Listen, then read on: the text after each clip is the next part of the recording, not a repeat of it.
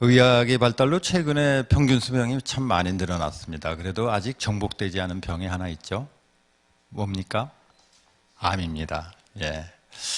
암은 왜 이렇게 정복이 힘들까? 저도 나름대로 공부를 해보고 관계자한테 물어봤더니요. 표적 치료제가 돼가지고 이제 암을 치유하는데 도움을 받은 사람도 있지만은 또 어떤 사람한테는 그 표적 치료제가 약효가 없거든요. 왜냐하면 그 사람은 DNA가 다 달라서 그렇게 암을 치료해야 하기가 어렵다는 겁니다. 근데 오늘 이제 제가 여러분들한테 말씀드릴 은퇴 준비도 그와 마찬가지입니다. 왜냐하면 우리는 자라는 환경이라든지 생활 방식, 가치관이 다 달라요. 그렇기 때문에 은퇴 준비 이렇게 해야 한다는 정답은 있을 수가 없습니다. 저를 비롯하여 여러분들께서 이제 이런 은퇴 준비에 대해서 강연을 했겠지만은, 그거는 이제 또 사람마다 공감하는 분들도 있고 부정하는 분들도 있을 겁니다. 그러니까 이제 오늘 제가 드린 이제 말씀도 그대로 믿고 따라하기보다는 이런 생각도 있구나 하고 여러분들이 참고를 하시면서 자신의 생각을 키우는 게 더 필요하다고 보겠습니다. 자, 은퇴 준비 이제 어떻게 해야 될까요? 우선 이제 내게 남아있는 시간이 과연 얼마나 될까? 그런 걸 한번 우리가, 따져보고 은퇴 계획을 세우는 게 필요할 것 같은데, 우리가 이제 수면 시간이라든가, 식사 시간을 빼놓고 우리한테 온전히 남아있는 시간은 하루에 11시간 정도 된다고 그래요. 이걸 365일로 곱해보니까 1년에 한 4,000시간. 근데 이제 60세에 은퇴한다고 보면 우리나라 사람들의 평균 수명이 81세니까 약 20년. 그럼 우리한테 8만 시간이 남아있다는 겁니다. 그럼 왜 이렇게 시간으로 환산을 했을까요? 그건 이제 그만큼 시간을 잘 활용하자는 그런 이제 측면에서 시간으로 나타내는 겁니다. 근데 여기 평균 수명에 사실 숨겨진 진실이 있습니다. 왜냐하면 이제 우리가 지금과 같은 컨디션으로 80세까지 살면 좋겠는데 사실 그렇지 못합니다.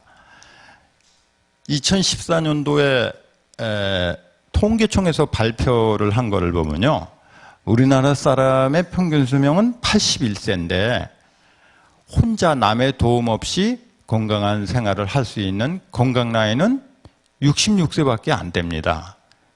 평균 수명은 늘어났지만은 우리가 지금과 같은 컨디션으로 계속 수명을 연장하는 게 아니고 남의 도움을 받으면서 힘든 시간을 보내야 되는 그런 수명이 늘어났다고 볼 수도 있겠습니다. 그럼 이제 66세면은 사실 얼마나 남았겠어요? 더 많이 잡아줘도 70세라고 그래도 우리한테 남아있는 시간은 사실은 10년밖에 안 되는 겁니다. 시간으로 이제 환산해보면 4만 시간 정도 되겠죠.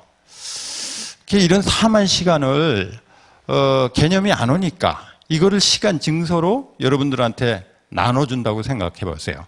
한 시간에 1,000원씩 환산한다면 한 4천만 원 되겠죠. 한 시간에 10,000원 정도 환산하면 4억 정도 되겠고요. 그러니까 내가 이거 4억이란 돈을 갖고 있는데 그걸 함부로 쓰겠습니까? 그래서 시간 증서로 환산해서 우리가 시간 관리를 하면 어떨까 이제 그런 제안을 드립니다. 그러면 이제 이런 시간과를 과연 어떻게 할 것인가? 우선 이제 불필요한 일을 줄여야 될 것 같아요. 또 하고 싶은 목록을 작성해가지고 그러한 일에 이제 올인을 하는 게 중요하겠죠. 시간 관리를 잘 했던 사람으로서 아이젠하워 대통령이 유명한데 이분은 이제 자기가 할 일을 저렇게 4가지로 나눠가지고 급하고 중요한 일하고 중요한 일은 자기가 직접 처리하고 그 다음에 중요하지는 않지만은 급한 일, 이건 남들한테 위임하고 중요하지도 않고 급하지도 않은 일은 이제 하지 않았다 그럽니다. 그러니까 우리도 이제 이런 팁을 얻어가지고 중요한 일에 몰입을 할 필요가 좀 있을 것 같아요. 근데 여러분들 파레토의 법칙이라고 아실 겁니다. 파레토는 이태리의 수학자 파레토가 소득 분포에 대한 조사를 했는데 20%의 사람이 80%의 소득을 점하고 있다는 것을 발견을 했어요. 저도 이제 금융기관에 장을 할 때 우리 점포에 소득 분포를 조사를 해봤더니 신기하게도 20%의 예금자가 80%의 예금을 차지를 하고 있는 겁니다. 그래서 제가 그때 파레토의 법칙이 우연히 나온 게 아니구나 하고 무릎을 쳤는데, 우리가 시간관리라든지 인간관계에서도 이런 파레토의 법칙을 적용을 할 수 있을 것 같아요. 뭐냐? 시간관리에 있어서는 우리가 이제 지난주에 할 일이 10가지가 있었는데 뭐 바쁘고 사람 만나다 보니까 2가지밖에 못했어. 그러면 여러분들 어떻게 했어요? 기분이 안 좋죠. 8가지 못했으니까. 근데 그 2가지가 내가 10가지 중에서 제일 중요한 일 1위하고 2위였어. 그럼 2가지 해도 그렇게 뭐 기분 나쁘지 않겠죠? 예. 그 이 2가지가 여러분의 만족도에 80%를 점할 수 있다는 겁니다. 그럼 나머지 8가지는 안 해도 되는 거죠. 인간관계도 마찬가지예요. 2사람을 만났을 때 만족도가 8사람을 만났을 때 만족보다 큰 거예요. 그러니까 만나도 되는 사람, 안 만나도 되는 사람, 그런 사람 만나지 말고 꼭 만나서 나한테 유익한 사람, 저 사람을 만나면 내가 에너지를 느껴져. 그런 사람을 많이 만나십시오. 또 저 사람을 만나면 내 에너지가 소진되는 것 같아. 나는 빨리 이 자리를 벗어나고 싶어. 그럼 이제 그런 사람들 만나지 말고요. 왜냐하면 우리가 나이 들면은 행복도가 커진다는 게 자기 한계를 알게 되거든요. 그러니까 그런 시간 관리를 이렇게 쪼개서 유용하게 사용할 필요가 있습니다. 은퇴 준비 이제 시간 관리를 이제 어떻게 하는 게 좋을까? 여기 보시면 알겠지만 이제 아까도 말씀드렸듯이 많은 일을 하기보다 우리가 2-3가지를 줄인다. 마음이 내키지 않는 사람과의 만남은 줄인다. 다른 사람의 평가에 우리 연연하지 않고 자기가 하고 싶은 일을 하기 위해서 TV 시청하지 않기. 왜냐하면 이게 중요한 일이 아니니까요. 뒤에 다시 말씀드리겠습니다. 구경꾼이 되기보다 우리가 직접 참여하고 경력부터 따지는 사람 가까이 하지 않는다. 그리고 잘못은 자기 탓으로 돌리고 아무것도 하지 않아도 되는 그런 자유시간도 좀 갖는다. 그러니까 이런 시간 관리의 목표가 뭐겠습니까? 우리가 왜 이런 시간 관리를 하는지. 그것은 우리가 이제 행복한 삶을 살기 위해서겠죠. 그래서 어떻게 하면 이제 행복한 삶을 살 수 있을까? 저는 이제 먼저 살았던 사람들한테 물어봤습니다. 생존에 계신 분들은 직접 물어보고 이미 돌아가신 분들은 책을 통해서 제가 그분들이 남겨주신 지혜를 간접적으로 터득을 했습니다. 저는 이제 뒤에 말씀드리겠지만은 호스피스 공부도 했는데요. 죽어가는 사람은 어쩌면 우리 살아있는 사람의 스승이라고 할 수 있어요. 그분들이 이제 삶을 완성하는 그런 단계에서 우리한테 어떻게 살아야 되겠다 하는 걸 가르쳐 주거든요. 이게 이겁니다. 이 죽어가는 사람들이 하는 말에 많은 사람이 경청을 하고 있죠. 일본의 외과 의사가 임종 환자 1,000명에게 물어봤어요. 그랬더니 그분들이 이런 말씀을 남겼습니다. 내 몸을 소중히 않았다. 또 2번째, 꿈을 실현하기 위해서 전력을 하지 않았다. 마음에 남을 만한 사랑을 하지 않았다. 취미 생활을 하지 않았다. 살아온 흔적을 남기지 못했다. 우리는 이런 후회 이제 안 해야 되겠죠. 이분들이 이렇게 우리한테 얘기를 해줬으니까 이건 이 동양권의 얘기인데, 그럼 서양권의 또 예를 들어보도록 하겠습니다. 이건 호주의 임종 간호사가 이제 조사한 겁니다. 마찬가지로 죽을 때 후회하는 5가지를 조사를 해봤더니, 첫째, 너무 열심히 일만 했다. 2번째, 남이 원하는 삶을 살았다. 감정을 있는 그대로 표현하지 못했다. 친구들의 우정을 잃었다. 또 변화에 대한 두려움 때문에 행복을 위해 더 노력하지 못했다. 우리가 이런 걸 이제 죽어가는 사람이 알려준 거를 반복해서 이런 후회를 하면 안 되겠습니다. 심리학자가 도표를 만들었는데요. 우리가 이제 한 일에 대한 후회는 처음에는 굉장히 커요. 근데 시간이 갈수록 이런 후회는 줄어듭니다. 근데 하지 않은 일에 대한 후회는 처음에는 작았는데 시간이 갈수록 커져요. 아까 임종 환자들이 들려주는 게 바로 이런 겁니다. 그게 이제 남은 생에서 필요한 게 뭘까 하고 이제 제가 친구들이랑 독서 클럽을 하고 있는데 한번 얘기를 나눠봤어요. 그랬더니 이렇게 5가지로 압축이 됐습니다. 물론 남은 생에서 필요한 거 자식이야. 그런 친구도 있었고, 아니야, 종교도 필요할 것 같아. 이제 그런 친구도 있었는데, 이렇게 축약을 해보니까 이렇게 5가지로 압축이 됐습니다. 먼저 건강, 배우자, 어느 정도의 돈, 친구, 할 일이 있어야 되겠다는 거예요. 근데 이거 우리 생각이거든요. 이건 우리 생각이고 다른 사람의 생각은 어떨까 한번 조사를 해봤습니다. 서양 심리학자 두브라미카 밀코믹이라고 있는데 이 사람은 이렇게 표현을 했습니다. 사랑하는 사람, 기본 욕구를 채워줄 만한 돈, 자신의 능력을 발휘하는 도전적인 일, 믿을 수 있는 친구. 근데 가만히 생각해보니까 건강만 빼놓고 표현을 좀 달랐지 우리하고 똑같아요. 그러니까 우리 생각이 그렇게 그릇된 거는 아니구나. 그런 이제 저희가 생각을 했습니다. 또 미국 갤럽 연구소에서 행복의 요소를 이제 5가지로 나눴는데요. 표에서 보시는 바와 같이 이런 5가지입니다. 마찬가지도 이것도 용어만 다를 뿐이지 저희 친구들이 축약했던 거랑 아주 일치를 했습니다. 그러면 행복하게 살기 위해서 과연 뭐가 필요한가? 아까도 말씀드렸듯이 저는 이제 먼저 살았던 사람들의 그런 발자취를 추적을 해봤거든요.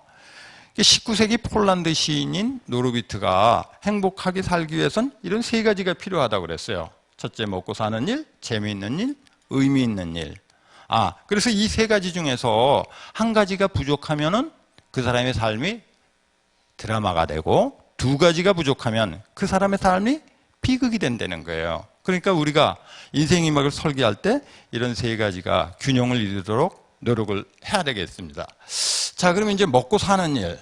이거 부자가 반드시 행복하다고 할 수는 없겠지만 먹고 살기가 힘들다면 그것도 행복할 수 없겠죠. 그럼 우리가 인생음악을 사는 동안에 돈은 얼마나 필요할까? 이제 가끔 매스컴을 보면 인생음악을 하는데 돈이 10억이 필요하다, 20억이 필요하다 이런 얘기가 나오는데 사실은 이제 그거는 금융기관에서 자기 상품을 팔기 위한 마케팅의 한 방법이라고 볼 수 있어요. 왜 10억이 필요하냐? 10억을 이제 금융기관에 예치하면은 한 달에 한 200만 원 나오거든요. 그래서 10억이 필요하다는 겁니다. 근데 사실은 우리한테 필요한 건 목돈이 아니죠. 10억이 있는 사람이 어디 있겠어요? 우리는 생활비에 상응하는 그런 현금 흐름만 만들면 되는 겁니다. 그러니까. 근데 과연 부자들은 어떻게 살고 있는지 제가 한번 조사를 해봤더니 뭐 우리랑 별 다른 바 없습니다. 40만 불 이하의 집에서 거주하고 살고 있는 이에는 집이 없다. 롤렉스보다는 타이맥스, 이건 대중적인 브랜드죠. 또 벤츠보다는 토요타를 타고 명품 브랜드를 사는데 거의 돈을 쓰지 않는다는 얘기예요. 또 부자들이 즐겨하는 행동을 살펴보니까 우리 일반인들이 하는 거랑 큰 차이가 없어요. 자녀들, 손자들 놀아주기, 투자 설계하기, 친구들이랑 시간 보내기, 다 이거 우리 하고 있지 않습니까? 그러니까 부자들이라고 해서 특이한 거는 아니다. 그리고 이제 우리가 먹고 살기 위해서 이제 돈을 이제 벌어야 되는데 많은 사람들이 돈을 버는 데에만 집중을 하지 돈을 모으고 지키는 거에는 그렇게 관심이 없어요. 근데 유대인의 속담에 돈을 버는 사람보다 모으는 사람이 이긴다는 그런 격언이 있거든요. 이제 돈을 모아야 될 텐데, 저 같은 경우에 이제 금융기관에 있을 때 제가 한 20년 전에 지점장을 했으니까 그 인근에 살고 있는 제2예금 고객을 찾아가 봤습니다. 그분은 당시로 자산이 수천억 정도 됐거든요. 제가 회장님 이렇게 부를 일구게 된 팁을 저한테 좀 주십시오 그랬더니 버는 대로 저축을 많이 했다고 그래요. 그래서 그건 다들 알고 있는 얘기고 좀 비법을 하나 가르쳐 주십시오 그랬더니 비법은 없다고 그래요. 그러니까 왕도는 없었던 겁니다. 그리고 자기가 버는 이내에서 소비를 했다고 그럽니다. 우리도 이제 이렇게 돈을 잘 모아야 되겠는데 사실은 돈을 잘 모지 못하고 함부로 쓰는 경우가 많아요. 그리고 이제 돈을 지켜야 될 텐데 돈을 지키는 방법을 잘 몰라서 함부로 쓰는 경우가 많은데, 한 가지 예를 들면은 경조사입니다. 경조사라는 게 옛날에는 우리나라 어려울 때 십시일반으로 돕기 위한 그런 좋은 의미로 출발했는데, 여기는 요새는 자기 부를, 신분을 과시하는 그런 이제 행태로 변질이 됐습니다. 그래서 이제 사실은 경조사에 이렇게 축의금 넣고 가도 그게 혼주한테 도움이 안 되고 웨딩업체나 장례업체의 주머니에 들어가고 마는 거죠. 그러니까 이제 그런 일을 이제 우리가 하지 말아야 되겠습니다. 요 사진은 이제 그 유대인의 바르미tz바라는 성인식인데요. 유대인들은 13살이 되면은 성인식을 합니다. 그때 이제 부모라든지 친인척이 금일봉을 하나씩 주거든요. 그러면 그 자금을 나는 어떻게 운용할 것인지 성인식 때 이렇게 밝혀야 됩니다. 얘가. 그 아버지의 교육을 물론 받겠죠. 그럼 만약에 13살 때부터 자금 운영 어떻게 할 것인가 아버지로부터 교육을 받은 애가 25살이 돼서 회사에 들어갔을 때, 그리고 또 부모에게 용돈만 받다가 학교를 졸업하고 회사에 들어간 우리나라 대학생하고 누가 자금 운영 잘하겠습니까? 유대인들이 인구가 450만 밖에 안 되지만은 세계 경제의 80%를 지금 주름잡고 있는 그런 배경이 되는 겁니다. 한때 조선일보하고 중앙일보에서 대한민국 금융 문맹 국가라는 기사를 시리즈로 낸 적이 있어요. 사실은 기가 막힌 일입니다. 정부에서도 이런 사실을 뒤늦게 깨닫고 작년부터 고등학교 교사들한테 금융교육을 시키고 있는데요. 이제 우리가 은퇴해서 시간이 좀 남았으니까 이제 늦었지만은 우리가 금융교육을 좀 해야 되겠습니다. 아름다운 인생학교에서도 금교육을 시키고 있으니까 저희 학교로 오셔도 좋고요. 여러분들이 직접 나서서 알아보시면은 금융교육을 받을 수 있는 그런 기회는 많습니다. 부자는 과연 어떤 사람인가? 사람들한테 많이 물어보니까 자기 집이 있고 현금 예금이 한 10억은 있어야 된다고 그래요. 미국에서도 100만 장자라는 얘기가 있지 않습니까? 100만 불이 있어야 되는 겁니다. 그렇게 보는 사람도 있어요. 근데 견해가 다릅니다. 어떤 미국의 비평가를 보니까 부자란 자기 동서보다 돈 많이 갖고 있는 사람. 그러니까 절대적인 개념이 아니고 상대적인 개념인 거예요. 그래서 어떤 사람은 이런 얘기도 해요. 저 사람은 1억을 벌어. 근데 쓰는 건 1억 2천이야. 저 사람은 1200만 원밖에 못 벌어. 근데 쓰는 건 1000만 원이야. 그러면 후자가 200만 원 더 남잖아요. 그러니까 그런 사람을 부자라고 보는 겁니다. 폴 사무엘스라는 노벨상 경제학상을 받은 경제학자가 우리의 행복을 이런 식으로 공식화했어요. 행복이란 소비 나누기 욕망. 물론 이제 소비를 늘려가지고 행복을 키울 수도 있지만은 욕망을 줄여서도 행복을 키울 수가 있는 겁니다. 여기서 재미있는 에피소드 하나 여러분들한테 들려드릴게요. 디오게네스 전부 아시잖아요. 디오게네스의 이름을 듣고 알렉산더 대왕이 디오게네스한테 폼을 잡으려고 좀 갔습니다. 디오게네스야, 너 소원 있으면 다 얘기해. 내가 얘기해 줄게. 그랬더니 그 스토리 알죠? 대왕님 좀 비켜주십시오. 당신이 저희 나의 햇빛을 가리고 있다고. 그래서 알렉산더 대왕이 망신을 당하고 갔습니다. 여기까지는 여러분들 다 아시죠? 저녁 때 디오게네스의 친구이며 왕의 신하가 디오게네스를 찾아왔습니다. 디오게네스야, 너 말이야. 아까 왜 그랬어? 아니, 네가 왕한테 조금 아부만 하면은 네가 이렇게 콩깍지만 먹고 살지 않아도 되잖아. 그리고 친구를 위해서 조언을 했는데 디오게네스의 답변이 기가 막힙니다. 얘야, 너 나처럼 이렇게 콩깍지만 먹고 살 자신이 있으면 그렇게 아부 안 해도 되잖아 하고 이제 오히려 친구한테 조언을 했다고 그래요. 그래서 저희는 제가 생각할 때는 우리가 그런 욕구를 좀 더 조금만 줄일 수 있으면 우리한테 더 많은 시간과 자유가 있다고 생각합니다. 그래서 저는 생각할 때 지금 돈보다 더 중요한 거는 우리한테는 시간이 아닌가 그렇게 생각이 돼요. 두 번째 이제 재미있는 일. 은퇴 후에 하고 싶은 일 설문조사를 해봤더니 제일 하고 싶은 게 뭐냐? 은퇴 후에 하고 싶은 일 1위는 뭘까요? 바로 여행이었습니다. 다 여행을 좀 하고 싶다는 거예요. 근데 여행을 하고 싶다고 하면서 실제로 하고 있는 여가 활동은 뭔가? TV 시청이었습니다. 통계를 보니까 62%가 여가 시간에 TV를 시청한다고 그래요.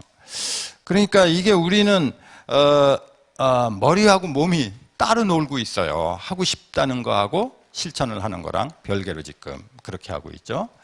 그 이제 사실은 혼자 할 수 있는 취미를 우리가 좀 개발을 할 필요가 있을 것 같아요.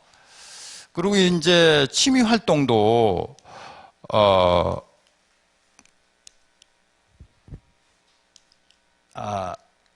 능동적 취미, 수동적 취미 이렇게 나눌 수도 있거든요. 근데 가급적 이제 능동적 취미를 하는 게 좋은 게 능동적 취미를 할 때 몰입을 47%나 하는데 수동적 취미는 4%밖에 못 한대요. 왜 몰입을 하는 게 중요하냐면 몰입을 했다가 벗어났을 때 우리 몸에 좋은 엔돌핀이 나온다는 겁니다. 제가 존경하는 엘리베스 큐블러-로스 박사가 인생은 지구별의 소풍온고라고 그러는데 이를테면 이런 겁니다. 능동적 취미는 그 게임에 직접 뛰어드는 사람, 수동적 취미는 그 게임을 바깥에서 구경만 하는 사람. 그러니까 우리가 지구별의 소풍을 왔는데 될 수 있으면은 그 시간을 잘 즐기고 가는 게 좋겠다. 이런 얘기죠. 그래서 가급적이면 이제 능동적 취미를 이제 권유하는 겁니다. 취미를 통해 돈도 벌 수 있을까? 벌 수 있습니다. 예. 이분은 이제 남영라이런 대표이사를 역임했던 김종원 사장인데요. 일찍이 그 독서를 좋아했거든요. 그래서 춘천에 가서 지금 북카페를 하고 있는데 춘천으로 이사 갈 때 트럭을 10대를 가져갔다고 그래요. 근데 그 중에 살림살이 1대, 나머지 9대는 책이랍니다. 춘천에서 피스 오브 마인드라는 북카페를 하고 있으며 자기 취미를 이용해 돈도 벌고 있고요. 이 사람은 이제 제 후배인데 현대그룹의 연구원으로 있다가 뒤늦게 만도린 유학을 이태리로 갔어요. 그래서 이제 귀국해서 서울시향하고 협연도 하는데 만도린을 통해서 지금 자기 취미 생활도 즐기고 먹고 사는 일도 해결하고 또 대한안구기증협회 자선음악회 같은 것도 하면서 의미 있는 일도 하고 있습니다. 인생의 롤모델을 찾는 게 중요한데요. 저는 이제 스코트 니어링이라고 미국 펜실바니아 대학 경제학 교수로 있다가 전원 생활을 하고 100세 때 곡기를 끄는 사람입니다. 이 사람은 이제 롤모델로 삼아가지고 제 인생 이막을 그리고 있는데 여러분께서도 나의 인생 이막, 이 모델은 어느 분일까라고 이제 한번 좀 고민을 해보시고 그분의 이제 그런 생활 방식이라든가 그런 거를 좀 본다는 것도 인생 이막을 사는 지혜가 아닌가 생각이 되고요. 여러분들 모두 꿈이 있을 겁니다. 저도 직장 생활하면서 제 꿈을 꾸었는데 은퇴를 하면서 그 꿈을 이루었습니다. 그 꿈은 무엇이냐면은 제가 직장에 다닐 때 서대문 객석홀에서 클래식 음악을 자주 즐겨 들었거든요. 내가 은퇴를 하면은 이 꿈을 꼭 내가 이루어야 되겠다 해가지고 10년간의 준비를 거쳐가지고 제가 은퇴해서 제일 먼저 했던 일이 그때 꾸었던 꿈입니다. 요런 이제 50평 되는 공간을 얻어가지고 일주일에 한 번씩 실내악을 연주하고 만화가이면서 클래식 해설가인 신동원 선생님을 모시고 이런 대한문화공간을 한 2년 동안 운영을 했었어요. 신동원 선생님 연주 동안에 연주자 이렇게 스케치해가지고 연주가 끝난 다음에 선물도 하고 그랬습니다. 근데 2005년도 저희 지역의 성남 아트센터가 들었으면서 내가 이런 활동을 이제 그만해도 되겠다 해가지고 그때 접었습니다. 그리고 요건 이제 계속 제가 그 공간을 운영했을 때 관객들 모습입니다. 그리고 취미 생활을 이제 과연 이제 어떻게 할 것인가? 이제 일단 제가 했던 취미 생활 몇 가지를 소개를 해드리겠습니다. 저는 이제 친구들이랑 이런 밴드를 만들어 가지고 10여 년째 지금 공연을 하고 있습니다. 이런 친구들이 있다는 게 참 좋아요. 그래서 여러분 제가 아까 혼자 할 수 있는 취미를 개발을 하라고 그랬는데 꼭 음악이 아니더라도 이런 이제 취미 활동을 통해서 동호회를 우리가 결성을 할 수 있는 기회가 있습니다. 그러니까 이런 활동을 좀 하는 것도 방법이고요. 이런 식으로 미술도 이제 제가 좋아해서 이런 전시회도 많이 다녔는데 제가 다녔던 전시회가 한 지금까지 따지면 한 1000번 정도는 되는 것 같아요. 지난주에도 이제 한번 다녀왔는데 이런 식으로 취미 생활을 하는 것도 좋겠다고 제가 말씀드릴 수 있습니다. 마지막으로 이제 의미 있는 일인데요. 은퇴 후에 하고 싶은 일 2위는 자원봉사였습니다. 아까 1위는 여행이었지만은 근데 실제로 자원봉사를 하는 퍼센테이지가 7%밖에 안 돼요. 미국인 40%인데 아까도 마찬가지로 뭔가 마음이 따로 우리가 노는 그런 중년 증후군을 이제 우리가 겪고 있죠. 자원봉사 어떻게 할 것인가 저도 이제 고민을 많이 했습니다. 그리고 의사가 됐으면 좋았을 걸 하는 생각에 한때 그런 꿈을 꾸었지만은 그런 거는 제가 공부를 하기가 그때는 너무 나이가 늦어가지고 국립암센터에 있는 호스피스 고위과정의 6개월 과정을 들었는데 이 교육이 제가 지금까지 배운 교육 중에서 제가 제일 잘 받았다고 생각하는 교육입니다. 아마 여러분들 중에서도 아마 이런 교육을 받으신 분이 있을 거고 이건 제가 실습으로 나갔던 의정부의 모현 호스피스 센터의 전경입니다. 그리고 제가 은퇴하고 이제 지역사회에 자원봉사한 사례를 몇 가지만 말씀드리겠습니다. 이제 분당 FM 방송이라는 지역 커뮤니티 라디오가 있었는데요. 거기서 방송 진행자를 모집한다는 광고를 보고 제가 응모를 해서 거기서 4년 동안 방송을 진행했습니다. 지역민들을 초청을 해가지고 그분들의 하고 싶은 얘기를 이제 경청을 해주는 거죠. 성균관대학교 총장을 역임하셨던 분인데 지금 새마을중앙협의회 회장으로 있는 심연종 회장님입니다. 이제 게스트로 오셔가지고 저하고 인터뷰를 한 적이 있습니다. 또 시각장애인을 위한 도서낭독 봉사도 작년까지 9년 동안 제가 했습니다. 요거는 서강대 장영희 교수 에세이집인데 이건 사실은 책을 만들면은 점자를 만들면 이렇게 분량이 꽤 많고 비용도 많이 들어갑니다. 그래서 이제 저희 같은 자원봉사자들이 도서낭독을 통해서 시각장애인들한테 책을 읽어주고 있습니다. 요것들은 이제 그 책을 읽은 걸 녹음 테이프로 만들어서 이렇게 도서로 만들었죠. 그 성남아트센터라는 데가 제가 아까 문을 닫고 2,000원 줬는데 개업을 이쪽에서 오픈을 해서 제가 여기서 지금까지 이런 식으로 문화예술 자원봉사를 하고 있습니다. 이건 제가 이제 도슨트로서 관객들한테 미술 작품을 설명하는 거고요. 또 성남 분당에는 저희 같은 예술 동호회가 몇 개나 되나 했더니 무려 1,100개가 된다고 그래요. 그래서 10년 전에 그런 동호인들끼리 모여서 사랑방 문화클럽이라고 만들었습니다. 2012년대 문광부에서 주최하는 지역문화 브랜드 대상의 국무총리상을 받은 바가 있습니다. 최근에는 이제 어른들을 위한 학교를 제가 운영하고 있습니다. 2013년도 보건복지부에서 은퇴 후 8만 시간 어떻게 보낼 것인가 에세이를 공모를 한 적이 있는데 제가 이런 주제로 에세이를 응모해서 운이 좋게 대상을 받았습니다. 이건 이런 겁니다. 그러니까 우리 은퇴한 시니어들이 서로 재능을 좀 나누자는 거예요. 요거에 이런 식으로 저희가 학교 수업을 하고 있습니다. 그러니까 우리 학교는 수강료나 강사료가 없어요. 그러니까 우리가 돈이 좀 부족해도 교육을 받을 수 있는 그런 이제 계기가 되는 거죠. 이게 저희 학교 운영하는 모습이고요. 우리 인생에는 중요한 두 날이 있다고 그래요. 하나는 자기가 태어난 날, 또 하나는 자기가 왜 이 땅에 태어나는지 아는 날. 근데 대부분의 사람이 그 중요한 두 날의 의미는 모르고 죽는다고 합니다. 그래서 우리가 인생 이막은 왜 자기가 이 땅에 태어나는지 그런 아는 날이 아닌가 생각이 되고요. 인생 이막을 준비하면서 제가 여러분들한테 드린 말씀 요약을 하면 이런 6가지 정도로 압축이 되겠습니다. 아까 초두에도 말씀드렸듯이 이 말을 굳이 그대로 따라 하지 마시고요. 여러분들이 취사 선택을 해서 나한테 필요한 거는 여러분들이 좀 선택을 해서 한번 해보시고 우선은 무엇보다 남을 말을 듣기보다는 자기 생각을 키우는 게 중요하거든요. 그러니까 여러분들께서 인생이막 저를 비롯해서 여러분들이 하신 말씀들 잘 가다듬어 가지고 좋은 설계를 하시기 바랍니다. 오늘 강의는 여기서 마치겠습니다. 지금까지 제 강의를 들어주셔서 감사합니다.